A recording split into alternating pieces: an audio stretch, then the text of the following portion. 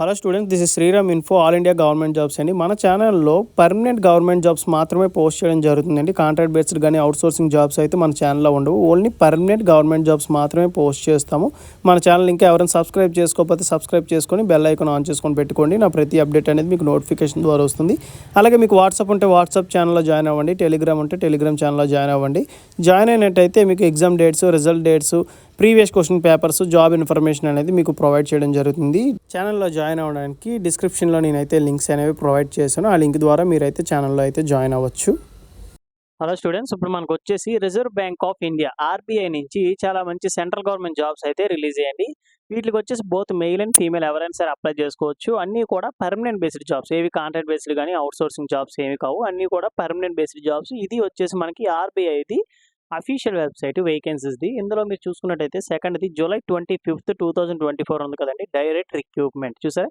Direct recruitment అంటే permanent based jobs for the post of officer grade బికి వీలైతే recruit చేస్తున్నారు. ఇక్కడ మనకు బ్లూ కలర్లో హైలైట్ అవుతుంది కదా, దీని మీద క్లిక్ చేసినట్టయితే మీకు పేజ్ అనేది ఇట్లా ఓపెన్ అవుతుంది. కిందకి స్క్రోల్ చేసుకున్నట్టయితే ఇదంతా నోటిఫికేషన్ అండి. ఓకేనా. ఈ నోటిఫికేషన్ డౌన్లోడ్ ఎలా చేసుకోవాలి ఏంటంటే, మీకు ఇక్కడ లెఫ్ట్ సైడ్లో చూడండి పీడిఎఫ్ ఫైల్ ఒకటి మనకి సైట్ చూపిస్తుందా 132 KB అని చెప్పేసి, దీని మీద క్లిక్ చేసినట్టయితే మీకు అఫీషియల్ నోటిఫికేషన్ అనేది ఇలా డౌన్లోడ్ అవుతుంది. ఇది వచ్చేసి మనకి అఫీషియల్ నోటిఫికేషన్. ఈ నోటిఫికేషన్ ఇంపార్టెంట్ పాయింట్స్ అనేవి మీకు డిస్కస్ చేసి క్లియర్గా ఎక్స్ప్లెయిన్ చేస్తాను. మీరు వీడియో అక్కడ స్కిప్ చేయకుండా లాస్ట్ వరకు చూడండి. వీడియో నచ్చినట్టయితే లైక్ చేసి మీ ఫ్రెండ్స్ కూడా షేర్ చేయండి. ఇన్ఫర్మేషన్ అనేది వాళ్ళకి కూడా యూజ్ అవుతుంది. ఇందులో మీకు ఏమైనా డౌట్స్ ఏమైనా ఉంటే కింద కామెంట్ బాక్స్లో కామెంట్ చేయండి, మీకు ఖచ్చితంగా నేనైతే రిప్లై ఇస్తాను. ఇది వచ్చేసి మనకి అఫీషియల్ నోటిఫికేషన్ అండి. Reserve bank of India services board Mumbai. ఓకేనా. మనకి ముంబైలో ఉన్న ఆర్బీఐ సెంటర్ నుంచి మనకి నోటిఫికేషన్ అనేది రిలీజ్ అయింది. ఇది వచ్చేసి మనకి advertisement number direct recruitment for the post of officer grade B. Officer grade బిలోనే మనకి సబ్ డివిజన్స్ కూడా ఉన్నాయన్నమాట, వేరే స్ట్రీమ్స్. అవి మీకు కూడా ఫర్దర్గా ఎక్స్ప్లెయిన్ చేస్తాను. And next mode of application మనం చూసుకున్నట్టయితే ఆన్లైన్ అప్లికేషన్ అండి. ఆన్లైన్లో అప్లై చేస్తే సరిపోతుంది. ఎటువంటి ఆఫ్లైన్లో మీరు ఏం అప్లై చేయాల్సిన లేదు. ఆఫ్లైన్లో డాక్యుమెంట్స్ కూడా మీరు ఏం సబ్మిట్ చేయాల్సిన అవసరం లేదు. ఇక్కడ మనకి ఏదైతే వెబ్సైట్ ఇచ్చారో అవి నేను డిస్క్రిప్షన్లో ఇస్తాను. అక్కడికి వెళ్ళి మీరైతే డైరెక్ట్గా అప్లై చేసుకోవచ్చు. ఇక్కడ మీరు ఇంపార్టెంట్ డేట్స్ చూసుకున్నట్టయితే ఆన్లైన్ రిజిస్ట్రేషన్ క్లోజింగ్ డేట్ వచ్చేసి మనకి జూలై 25 నుంచి ఆగస్ట్ 16 వరకు మనకు టైం ఉంటుంది. ఈ లోపు మనం ఆన్లైన్లో అప్లై చేసుకోవాల్సి ఉంటుంది. ఆఫీసర్ ఇన్ గ్రేడ్ బి మనం చూసుకున్నట్టయితే general DR.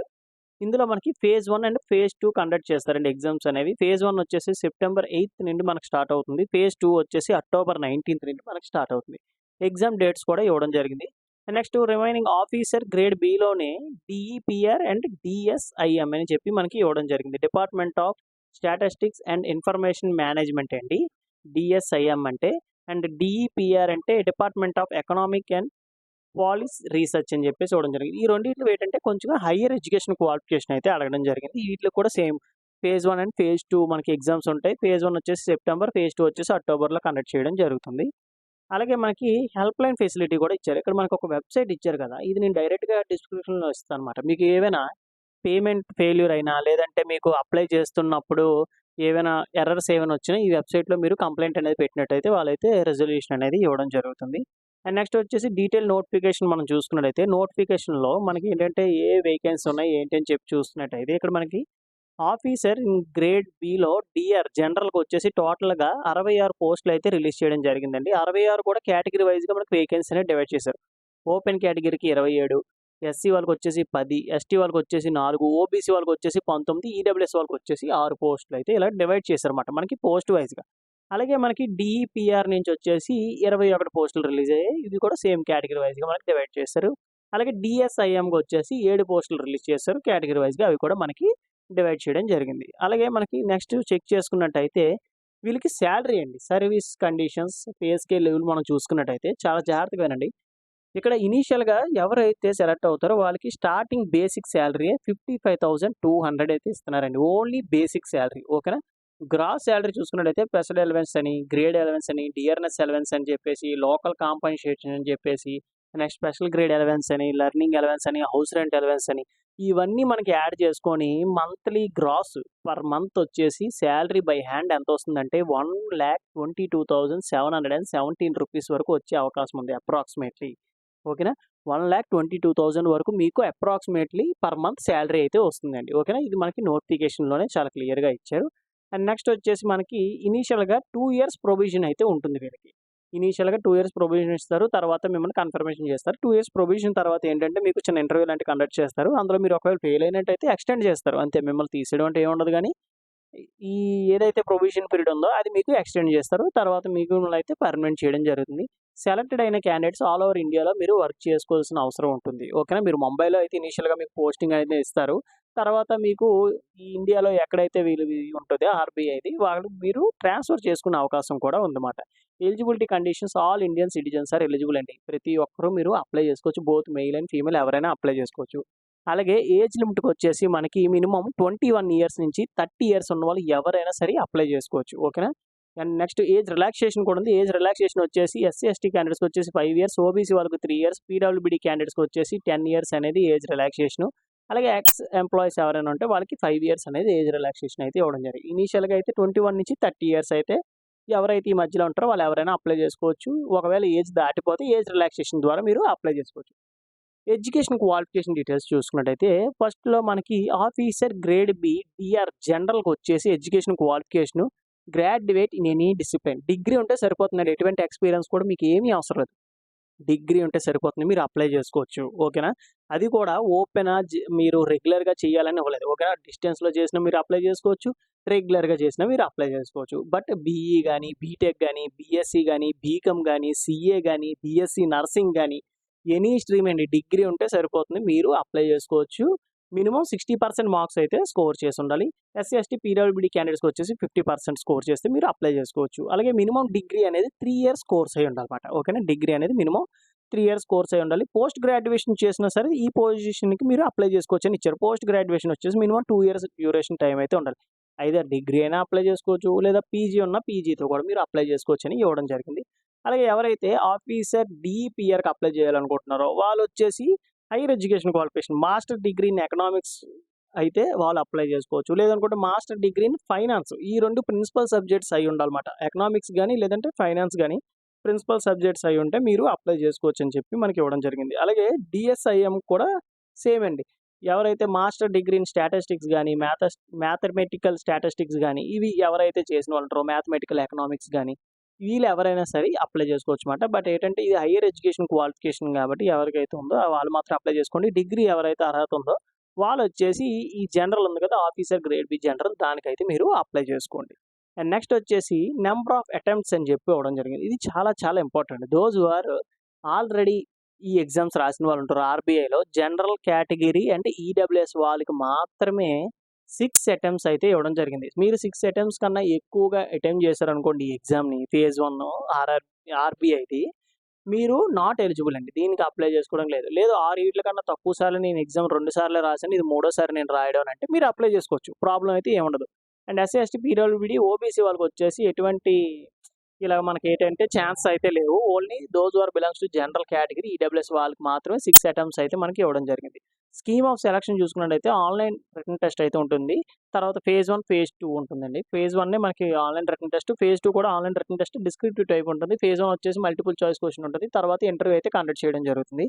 Online examination centres మనం చూసుకున్నట్టయితే ఆంధ్రప్రదేశ్‌లో వచ్చేసి గుంటూరు, విజయవాడ, కాకినాడ, తిరుపతి, కర్నూలు, నెల్లూరు, రాజమండ్రి, విజయనగరం, విశాఖపట్నం అయితే ఇవ్వడం జరిగింది. అలాగే తెలంగాణలో చూసుకున్నట్టయితే హైదరాబాద్, సికింద్రాబాద్, కరీంనగర్, వరంగల్, మహబూబ్ నగర్. ఇవి అయితే మనకి ఏపీ, తెలంగాణ వాళ్ళకి ఇచ్చారు. అలాగే గోవా ఉంది, ఢిల్లీ ఉంది, ముంబై ఉంది.